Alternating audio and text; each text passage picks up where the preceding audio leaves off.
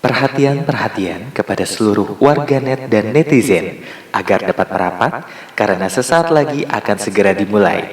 Sekali lagi, kepada seluruh warganet dan netizen agar merapat karena sesaat lagi segera dimulai. Terima kasih. Halo semuanya, saya Febri Ilham akan berbagi informasi dan berbagi ilmu kepada teman-teman semua terkait komunikasi antar budaya. Nanti jika ada teman-teman yang ingin memberikan saran atau tambahan informasi atau ingin berteman, boleh bisa langsung ke email saya di febriilhamf@gmail.com. Lalu juga bisa ke sosial media saya di Instagram di @ebiam. Jadi, langsung aja kita mulai. Komunikasi interkultural. Komunikasi antar budaya atau intercultural communication ini terjadi apabila sebuah pesan atau message yang harus dimengerti dihasilkan oleh anggota dari budaya tertentu untuk konsumsi anggota dari budaya yang lain. Jadi, bukan hanya kebudayaan yang membedakan suatu kelompok, melainkan individu-individu di dalam kelompok tersebut yang juga memiliki ciri khasnya masing-masing yang tentu saja tidak boleh diabaikan. Lalu, komunikasi multikultural. Ini adalah komunikasi antara orang-orang yang berbeda kebudayaannya atau komunikasi antar budaya, misal suku bangsa, etnik, dan ras atau kelas sosial. Pengenalan dan hidup berdampingan dengan kebudayaan-kebudayaan yang berbeda dengan prinsip kesetaraan bagi setiap individunya. Nah, untuk bedanya komunikasi interkultural dan multikultural, bila pendekatan multikultural menyetarakan setiap individunya, maka pendekatan interkultural lebih menempatkan individu sebagai pribadi yang unik. Di dalam pendekatan ini, individu sebagai pribadi yang unik tidak digeneralisasikan dengan kelompoknya, melainkan dinilai berdasarkan kepribadian individu itu sendiri. Pada pendekatan ini, setiap individu dinilai unik dan berbeda antara satu dengan lainnya. Sekarang kita akan masuk ke komunikasi antar budaya. Philipson dalam Griffin tahun 2003 mendeskripsikan budaya sebagai suatu konstruksi sosial dan pola simbol, makna-makna, pendapat, dan aturan-aturan yang dipancarkan secara mensejarah. Pada dasarnya, budaya adalah suatu kode. Warganet, kelamaan ngomong bisa bikin capek dan perut lapar juga ya. Nah, kali ini saya ingin memperkenalkan cemilan yang suka saya makan. Ada Nissin sagu keju.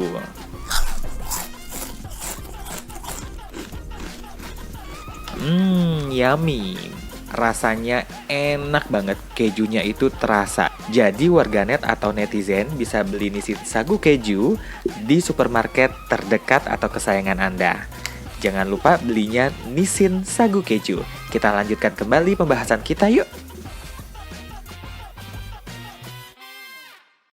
Griffin di tahun 2003 menyadur teori anxiety atau uncertainty management, face negotiation, dan speech codes. Kita akan kupas satu-satu. Yang pertama adalah anxiety atau uncertainty management theory atau teori pengelolaan kecemasan atau ketidakpastian. Teori yang dipublikasikan William Goody Kunz ini memfokuskan pada perbedaan budaya pada kelompok dan orang asing. Ia berniat bahwa teorinya dapat digunakan pada segala situasi di mana terdapat perbedaan di antara keraguan dan ketakutan. Jadi, istilah komunikasi efektif kepada proses-proses meminimalisir ketidakmengertian. Penulis lain juga menggunakan istilah accuracy, fidelity, understanding untuk hal yang sama. Jadi, Goody Kunz sendiri ini meyakini bahwa kecemasan dan ketidakpastian adalah dasar penyebab dari kegagalan komunikasi pada situasi antar kelompok.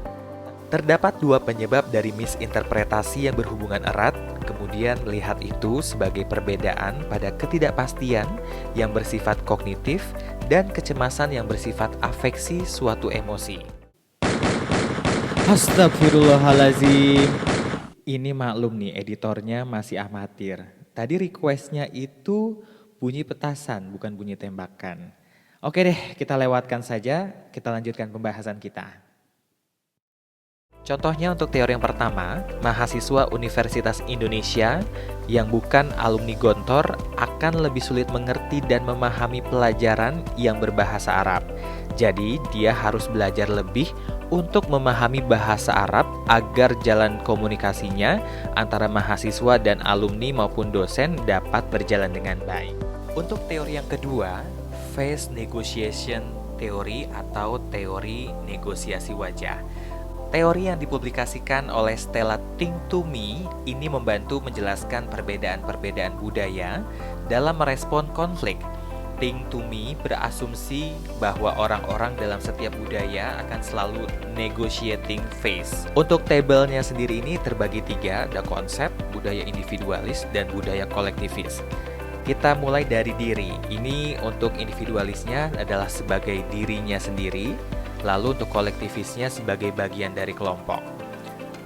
Untuk konsep tujuan individualis adalah diperuntukkan kepada pencapaian kebutuhan sendiri, kalau kolektivis adalah diperuntukkan kepada pencapaian kebutuhan kelompok.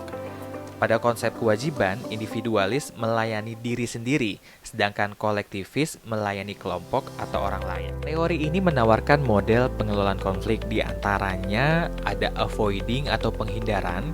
Jadi saya akan menghindari diskusi perbedaan-perbedaan saya dengan anggota kelompok. Lalu ada obliging, ya. Ini atau keharusan. Saya akan menyerahkan pada kebijakan anggota kelompok. Itu adalah obliging. Lalu juga ada compromising, saya akan menggunakan memberi dan menerima sedemikian sehingga suatu kompromi bisa dibuat. Selanjutnya ada dominating, saya akan memastikan penanganan isu sesuai kehendakku. Lalu yang terakhir ada integrating, saya akan menukar informasi akurat dengan anggota kelompok untuk memecahkan masalah bersama-sama. Untuk contoh pada teori 2, pemahaman mahasiswa terhadap dosen yang bersuku Batak ketika berbicara dengan nada tinggi menimbulkan pesan nonverbal yang berbeda-beda pada mahasiswa dalam menangkap pesan yang disampaikan. Ada yang menganggap dosen ini galak dan juga ada yang memahami bahwasannya seperti itulah logatnya dalam berkomunikasi. Kita masuki teori yang ketiga atau yang terakhir, yaitu speech codes theory atau teori kode bicara. Sebuah speech code mencakup retorikal, psikologi, dan sosiologi budaya. Pembicara yang signifikan bergantung speech code yang digunakan pembicara dan pendengar untuk mengkreasi dan menginterpretasi komunikasi mereka. Pada poin D, istilah, aturan, dan premis terkait ke dalam pembicaraan itu sendiri. Dan yang terakhir, kegunaan suatu speech code bersama adalah menciptakan kondisi memadai untuk memprediksi, menjelaskan, dan mengkontrol formula wacana tentang inteligenitas, prudence atau bijaksana, hati-hati, dan moralitas dari perilaku komunikasi. Contoh, untuk daftar pustaka teman-teman bisa melihat ada di layar Anda, dan saya ucapkan terima kasih atas perhatian dan sudah menyimak materi saya pada saat ini. Tentunya jika teman-teman memiliki saran atau ada tambahan informasi yang bisa mengirimkan email ke febriilhamf@gmail.com. Baik, terima kasih.